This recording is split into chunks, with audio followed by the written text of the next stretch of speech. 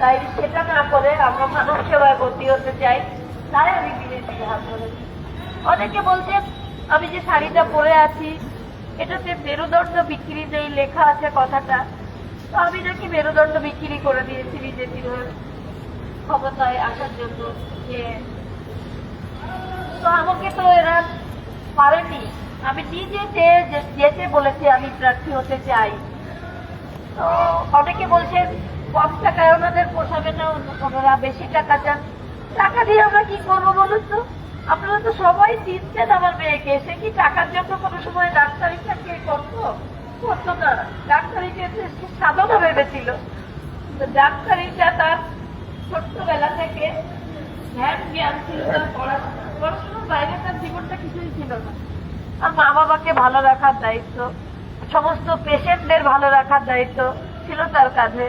সে নিজে না খেয়ে পেশেন্টদের সেবা করতো। কোভিড পিরিয়ডেও আমি দেখেছি, আপনাদের এখানেও অনেকবারও এসেছে।